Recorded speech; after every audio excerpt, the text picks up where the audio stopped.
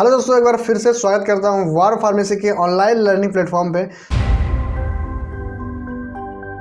दोस्तों आज का टॉपिक हमारा सिस्टाइटिस है, जो कि हमारे यूरिनरी ब्लैडर में इन्फ्लेमेशन हो जाता है।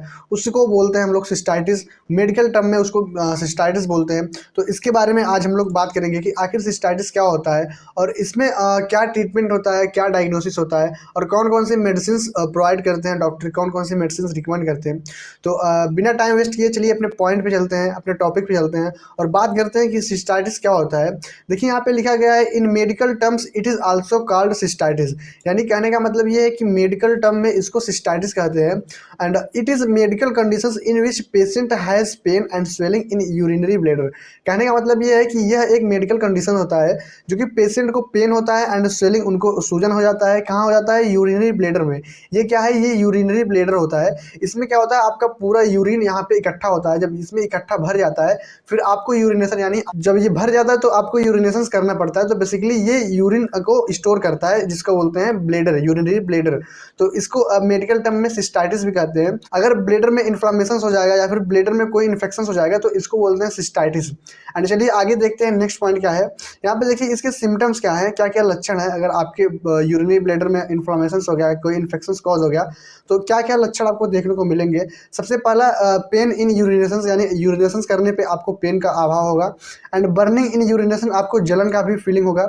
And pain in pelvic area, यानी पेल्विक एरिया में आपका जो है पेन होने का संभावना दिखेगा। वीकनेस, कमजोरी आएगा। नोजिया एंड वोमिटिंग, जी मचलाना, उल्टी आएगा। डार्क कलर ऑफ यूरिन, जो आपका यूरिन है वो डार्क कलर यानी बहुत गाढ़ा हो जाएगा। एंड ब्लड इन यूरिन, आपके यूरिन में कभी कभी ब्लड भी देखने को मिल सकता है। एंड पस इन यूरिन, यानी आपके यूरिन में पस भी देखने को मिल सकता है, यानी मवाद देखने को मिल सकता है। And the last thing fever, आपको बुखार भी आ सकता है। तो ये रहे कुछ सिम्टम्स, यानी ये लक्षण आपको दिखेंगे अगर आपके यूरिनरी ब्लैडर में इन्फ्लामेशन वगैरह होता है। तो ये कुछ लक्षण हैं जो कि आपको देखने को मिलेंगे। आगे देखते हैं, आगे हमारा कॉजेज है, किन कारण होता है। ई कोलिक बैक्टीरिया, यानी ई कोलिक बैक्टीरिया के कारण होता है। एंड अनहाइजेनिक, यानी आप साफ सफाई अगर नहीं रखेंगे तो उसके कारण भी होता है। यूज पब्लिक टॉयलेट, यानी अगर आप पब्लिक टॉयलेट बहुत ज़्यादा यूज़ कर रहे हैं जहाँ पे बहुत गंदगी है तो उसके कारण भी ये कॉज करता है। हिस्ट्री ऑफ यूटीआई, अगर आपको पुराने से पुराने यूटीआई इन्फेक्शन है, लाइक यूरिनरी ट्रैक्ट इन्फेक्शन, आपको पुराना से पुराना डिजीज है तो फिर भी आपको ये कॉज कर सकता है। रेडिएशन ट्रीटमेंट, रेडिएशन ट्रीटमेंट अगर आप कराए हैं कभी तो उससे भी ये कॉज कर सकता है। लॉन्ग टाइम यूज कैथेटर, अगर आप कैथेटर का यूज बहुत लंबे समय के लिए करते हैं तो उसमें भी ये कॉज कर सकता है। कैथेटर क्या होता है? कैथेटर उनको लगाया जाता है जो पेशेंट बहुत गंभीर होते हैं, जो बार बार उठ नहीं पाते हैं, तो उनको लेटे लेटे कैथेटर लगाया जाता है ताकि वो अपना यूरिनेशन कर पाए इजी तरीके से। एंड नेक्स्ट पॉइंट क्या है? डायबिटीज, अगर जिसको डायबिटीज, मधुमेह की बीमारी है तो उसको भी ये कॉज कर सकता है। And the last point, kidney stone अगर आपको है तो आपको ये कॉज कर सकता है। And the last point, kidney stone अगर किसी को है तो उसको भी कॉज कर सकता है। बाकी बेसिकली ये महिलाओं में देखा जाता है, पुरुषों में तो बहुत कम देखा जाता है। बेसिकली ये डिजीज महिलाओं में ज्यादा होता है, पुरुषों में ये बहुत कम होता है। एंड चलिए देखते हैं नेक्स्ट पॉइंट हमारा क्या है, डायग्नोसिस, क्या क्या निदान है इसका। सबसे पहले आप मेडिकल हिस्ट्री करा सकते हैं एंड फिजिकल एग्जामिनेशन करा सकते हैं। एंड सिम्टम डायग्नोसिस, लक्षण का पता करवा सकते हैं। एंड अल्ट्रासाउंड से भी आप डायग्नोस कर सकते हैं, एक्सरे से भी आप डायग्नोस कर सकते हैं कि कहाँ पे सूजन हुआ है, कि ब्लैडर में आपके कहाँ पे सूजन हुआ है, आप देख सकते हैं एक्सरे से।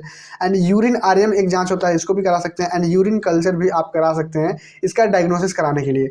एंड देखते हैं नेक्स्ट पॉइंट क्या है, ट्रीटमेंट इसका। डॉक्टर कौन कौन से मेडिसिन यहाँ पे चलाते हैं। तो सबसे पहले यहाँ पे है फॉस्फोमाइसिन पाउडर डॉक्टर देते हैं। दवाई देने से पहले एक पैकेट पानी में मिलाकर पहले देना होता है, यानी ये मेडिसिन होता है, ये पाउडर की तरह होता है। दवाई देने से पहले एक पैकेट पानी में मिलाकर पहले ही दे देना होता है।